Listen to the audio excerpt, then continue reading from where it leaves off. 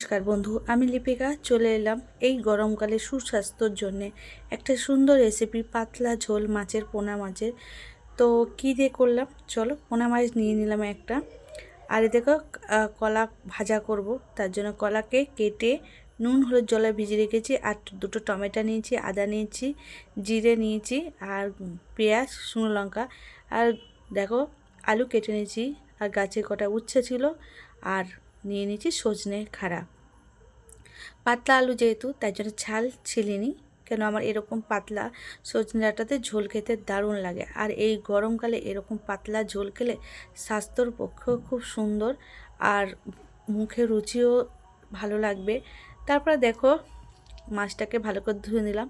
আমরা তো মাছ অনেক রকম ঝোল করে খাই, তো এরকম পাতলা ঝোল কে কে খেয়েছো অবশ্যই কমেন্ট করে জানিও।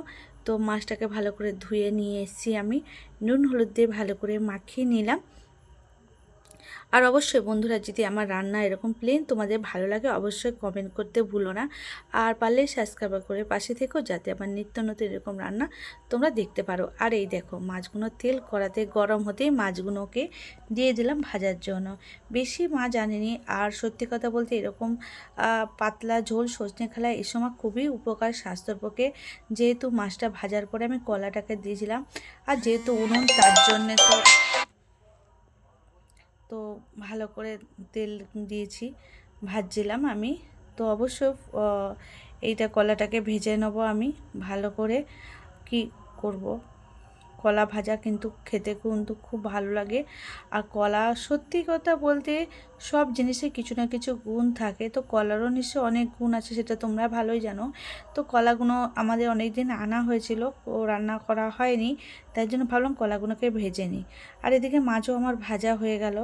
তো কিছু করার নেই বন্ধুরা, অনেক সময় রান্না করতে ফোনও চলে আসে, মানে ভয়েস দিতে গেলে। তারপরে দেখো প্রথমে আমি কড়াইয়ে পেঁয়াজ আর একটু পাঁচ ফোড়ন দিয়েছিলাম। দেওয়ার পরে আমি মানে কড়াতে কলাগুলোকে ভাজতে বসিয়ে দিলাম।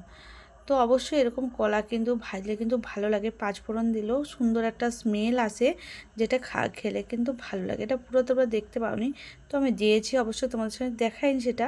তো এইদিকে দেখো মোটামুটি আমার কলা ভাজাটা হয়ে গেল। সেই কড়াতে আমি তেল ঢেলে তার মধ্যে পেঁয়াজ দিলাম মাছটা রান্না করার জন্যে, মাছটা ভাজার জন্যে। করার পর একটু কলাটাও ভাজার পরে একটু কড়াটা তেলটা একটু কেমন কালছে, তারপরে গোটা জিরে দিলাম। জিরে দেওয়ার পরে এর মধ্যে দিয়ে দিলাম আমি কেটে রাখা উচ্ছে, কারণ উচ্ছেগুলোকে একটু ভেজে নিলে না তিতো ভাবটা থাকে না, তার জন্য উচ্চটাকে আমি ভেজে নিলাম। আর হালকা হালকা তিতো সত্যি কথা সজনে খাড়া দিয়ে খুবই ভালো লাগে। অবশ্যই তোমরা করো, দেখবে তোমাদেরও ভালো লাগবে এরকম খাবার। আর মুখে রুচি আসে, উচ্ছে খেলে না মুখে রুচিটা আমার ফেরে। আর স্বাস্থ্যের পক্ষে তো বলতে হবে না বন্ধু, পাতলা ঝোল এখন এই গরমকালে কতটা যে উপকারী অবশ্যই তোমরা আমার থেকেও তোমরা ভালো জানো। তো উচ্চটাকে ভালো করে ভাজা হলে আমি আলুটাকে দেবো, কেন ওর আলুটা 4 ভাগ করা ছিল, তার জন্য খোসা শুদ্ধ আলুটাকে দিলাম। আর দিয়ে ও আলুটাকেও সামান্য ভেজে নাও, যেহেতু একটা তরকারি করছি বেশি না, যেহেতু নেমন্তন্ন বাড়ি ছিল, তো কেউ যাবে কেউ যাবে না, তাই জন্য তাদের জন্য রান্না করতে হচ্ছিল। তো দেখো আলুগুলোকে দিলাম, এবার আলুগুলোকে একটু ভেজে নেওয়ার পরে আমি সজনে খাড়া আর টমেটোটা দিয়ে দেবো বাকি যেটা আছে। তো দেখো আলুটাকে একটু ভালো করে একটু সামান্য একটু ভেজে নেবো, যাতে আলুটাও ভালো লাগে খেতে, তার জন্যে। তো আলুটা ভাজার পরে দেখো বন্ধুরা আমি কি দিয়ে দিচ্ছি এর মধ্যে সজনে খাড়াগুলো। আর যেহেতু আমাদের সজনে খাড়া অনেক আছে, কদিন তোমরা সজনে খাড়ার রেসিপি দেখতে পারো, কারণ সজনে খাড়া আমাদের অনেক এনেছে। তো সজনে খাওয়া এই সময় খুবই খাবার দরকার। আর সজনে ফুল সজনে খাড়া খুবই দরকার, সজনে পাতা কি না ভালো লাগে খেতে। তো দেখো ভালো করে এটা কষে নিচ্ছিলাম, কষে নেওয়ার পরে আমি টমেটো দিয়ে দেবো বাকি যেটা আছে টমেটো।